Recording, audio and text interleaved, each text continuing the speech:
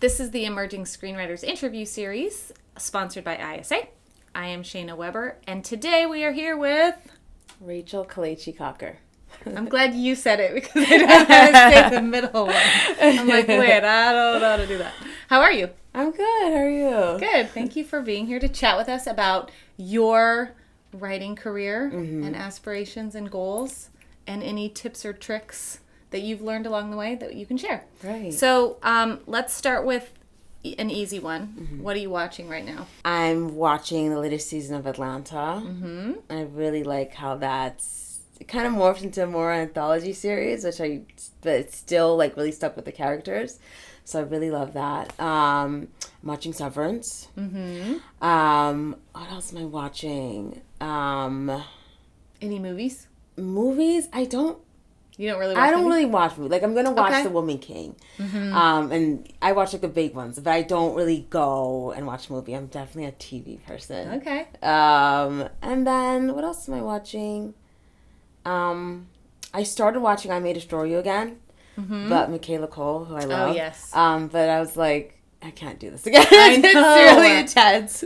There true. are so many amazing, Yeah. fun moments, but it's just so intense. I'm like, I don't want to go there again because she really takes you there. It's a lot. So Yeah. I'm going to leave it. Yeah. It was You go back amazing. and you're like, okay, I'm going to watch. Oh, no, I'm not. Yeah. No, It was so good, though. Yeah. It's like PTSD. Okay, so let's go back to the beginning for you. When did you first know that you wanted to write? Or were you always telling stories? What's your origin story? My character origin story. I feel like all writers kind of know they want to write. I always wrote when I was little, like poems, and I recently found this notebook that I guess I would go around in the neighborhood and ask everyone to fill in like their life story. Like, my name is, I'm from here. So I guess I've always been telling people stories. But I didn't really focus on it. Like, in an undergrad, I did business and a film minor, but with the intention of getting into the business side of the industry. But I remember one day I was going to class and there was a woman selling African baskets, and she was like, well, what do you want to do when you graduate? And the first thing that came to mind was like a stage or writing. But I kind of like squashed that thought, and I was like, oh, I'm going to do something in business. And because I was like, well, that's how you make money. Sure. But as we know now, you can make a lot of money with writing, but it's always been there. And there was a time, I remember in fourth grade, like I wrote something and my whole class was like freaking out. They're like, it's so good. But so I think you kind of in life, you get those little signposts that kind of point you in the right direction. I've learned along the way, just go in the direction life is kind of showing you to go. So, yeah. I love that. When did you first move to LA, and then how did you get started with writing professionally? So I'm West African. My mom's Nigerian, my dad's Sierra Leonean. But I grew up mostly in Southern California, Riverside County.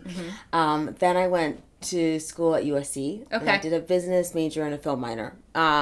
So that was in 2010. Yeah, that's when I moved here.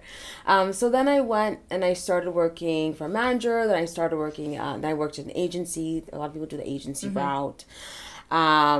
I thought I was going to be a TV agent. That was a plan, but I soon realized that was not for me. And then I was like, maybe development. But then I tried all these different like paths, and it became more and more clear that writing was for me.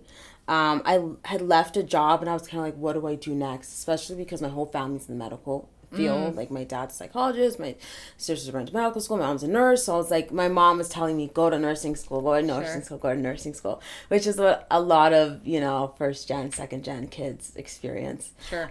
So I kind of I took like a couple of random jobs, kind of just figuring out what I wanted to do.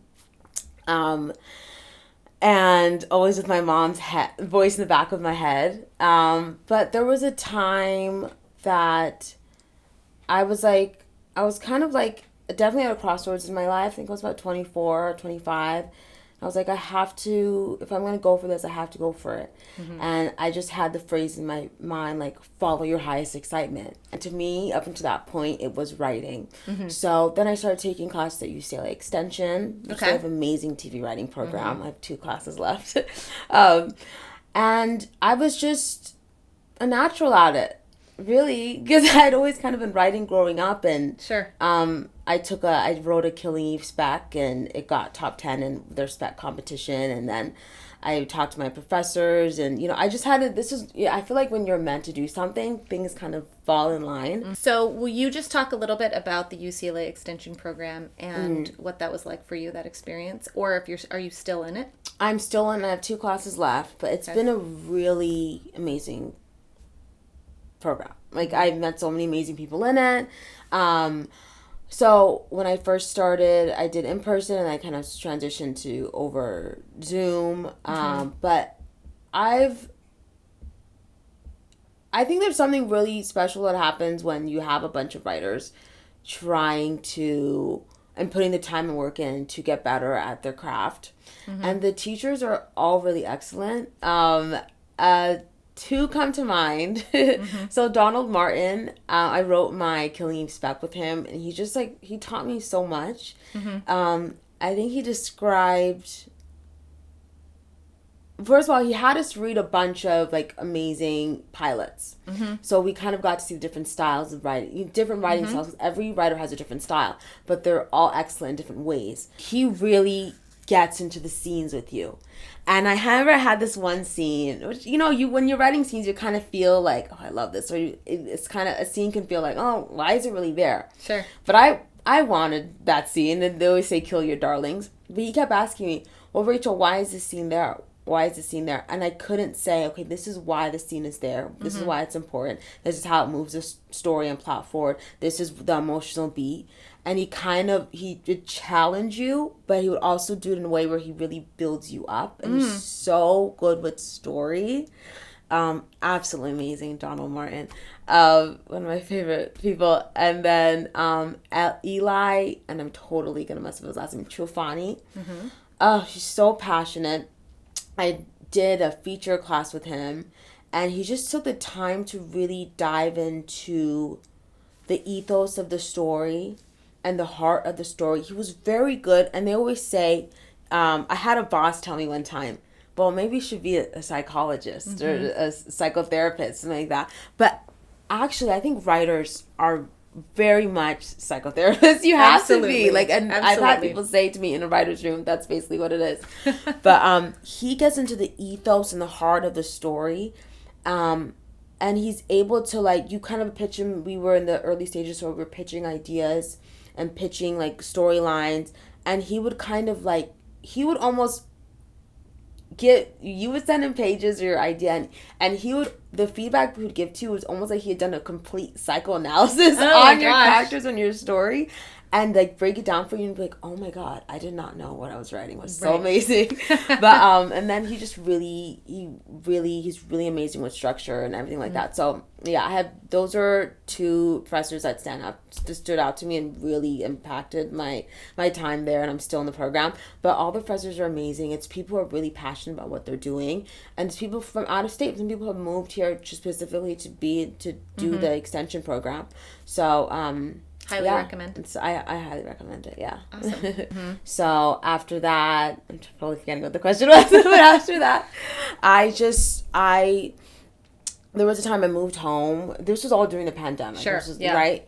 And that was great because I got time to, focus on my writing. Yeah. So I was taking classes.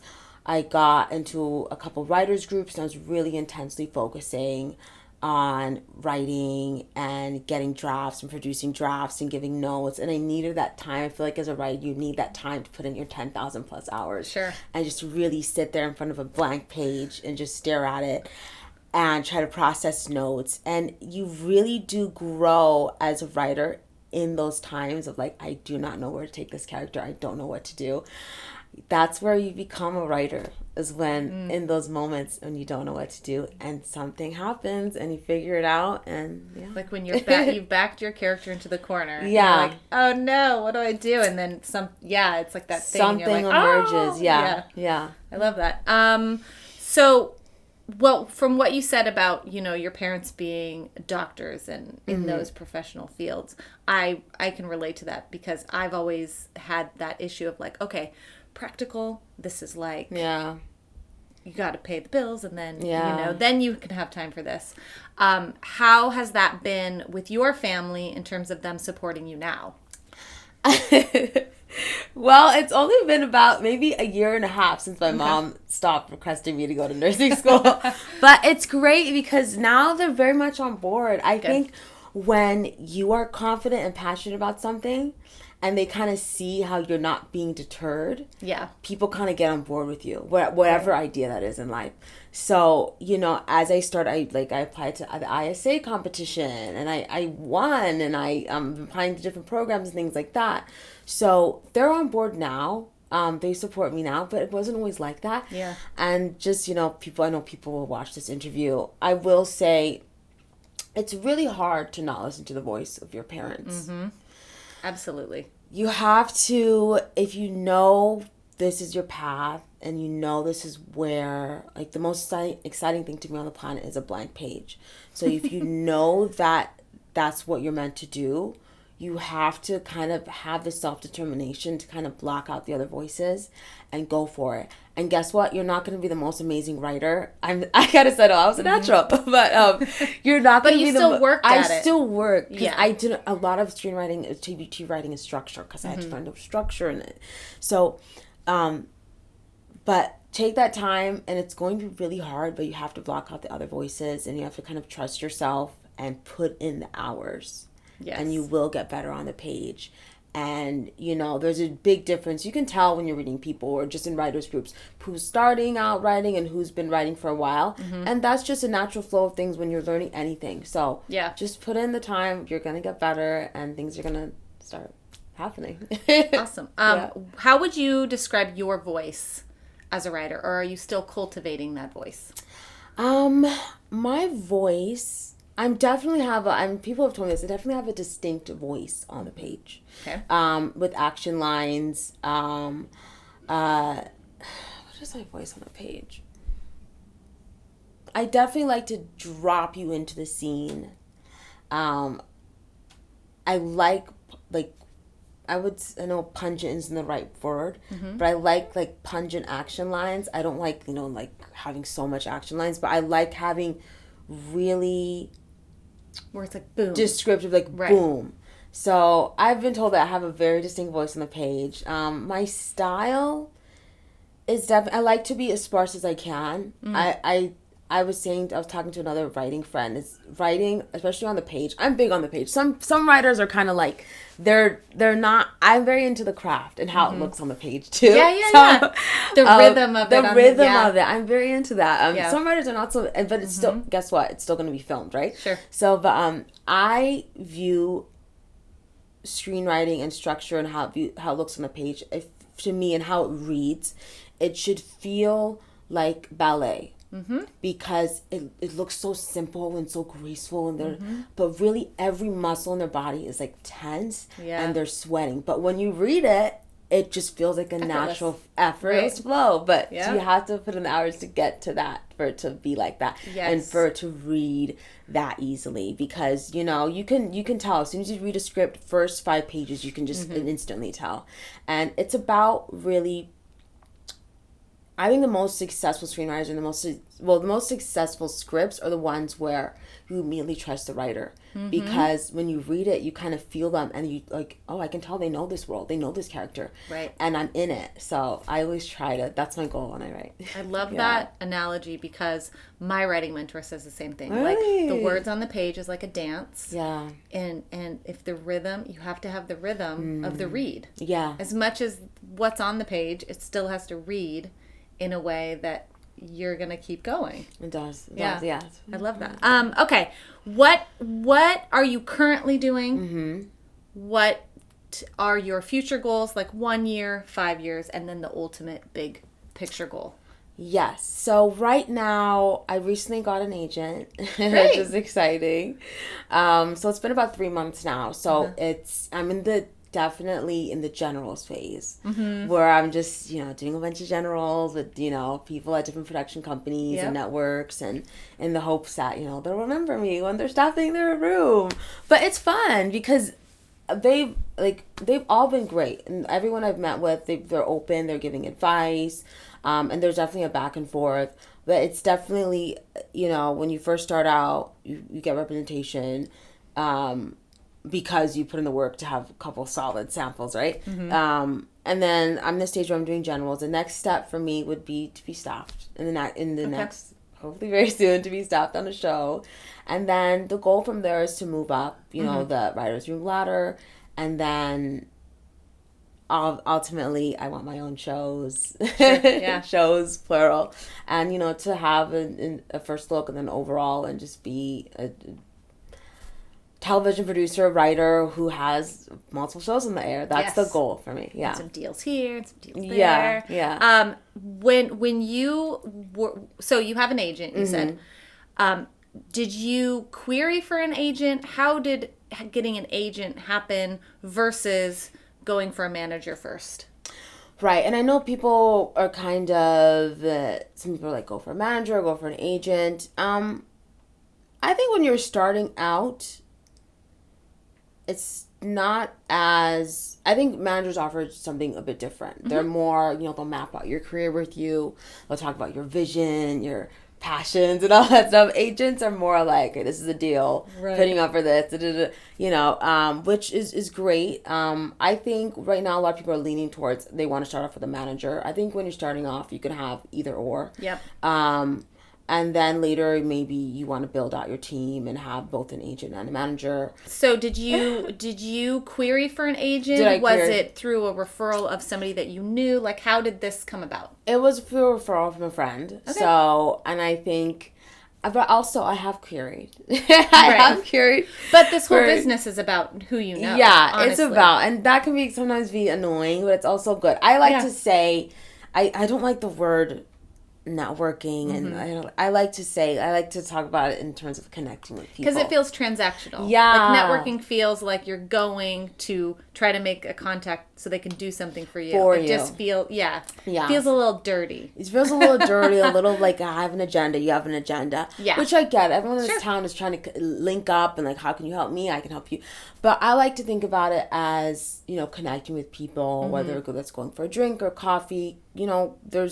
When you're sitting in a room with someone or sitting across the table from someone, there's a connection that happens, and you just kind of get to know each other's, lives and not necessarily on a deep level, but there's something that happens when you're in person. I feel a lot of things are on Zoom now, but at this time it was through a friend. Okay. And then he said, well, I'll read her. And then he read I have two samples, one I'm reworking. So he read one, he really liked it. It's the one ISA, which I won the competition with. And that's a script that's being taken out, and that's a script I'm getting meetings off of. So another script is it's a sci-fi script, which I have big passion for sci-fi. And that one is kind of, with sci-fi a lot, it can be the kitchen sink. It's the kitchen sink, so I'm reworking it. Right? Okay. Everything can be a process, right? So that's how I got representation. But I also did query, and I got some replies back, but they didn't move forward. So I would just, I wouldn't recommend that anybody says, like, makes a list of, like, 40, 30 agents and, like, just send out a mat. That's, you can do that, and sometimes that works. But I would be very intentional. When I did send out queries, I was definitely very intentional on going on IMDb and Studio System and looking at their client list and kind of making like touch points. Oh, I write this style. They've written on their clients have written on these type of shows. Sure. These are the type of writers they like to work with, and because every Asian representation rep, you'll kind of see.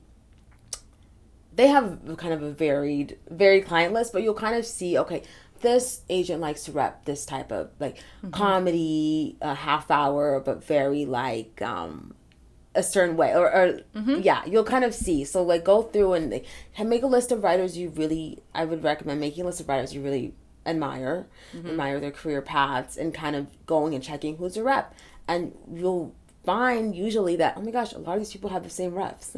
Yeah, that's a good tip. Yeah. That's a hot tip right there. Hot tip, yeah. Let's shift a little bit to talking about ISA. I found it online somewhere, or maybe a friend sent it to me, and I saw the horror. I think it's horror suspense, horror thriller. I think what it was, 2021. So I applied, and I won, which is really awesome. And then I did a development call with the team and talking about the project and where I see it, and if I have a deck, I'm putting a deck together, and it's been great. I mean, I'm here now talking to you, and yeah. What do you like about ISA or the team, or being on the development slate? What do you like the most? I like that there's certain writing opportunities that being on a development slate come directly to you, and I only people on the development slate only get, which is great. I was applying to a bunch of these writers programs, and I reached out to you all and I said, can you mind writing me letter of recommend, and very happy to do that. It's been a very great back and forth, even in terms of when I was looking for a manager. You were very helpful with that, so it's definitely you all are working with me along my journey, so it's been great. It definitely wasn't oh, I won and then it's over. It's definitely a relationship that keeps going. What is the best advice that you've received, or a bit of knowledge or something that you sort of take with you on your path? Along my journey, we all learn different things, but I think a definite thing I've learned is to go with your gut. So whether that is for a pilot you're writing, and guess what? I have more ideas. Okay. But in terms of obviously writers, I always recommend having a writers group and having 2.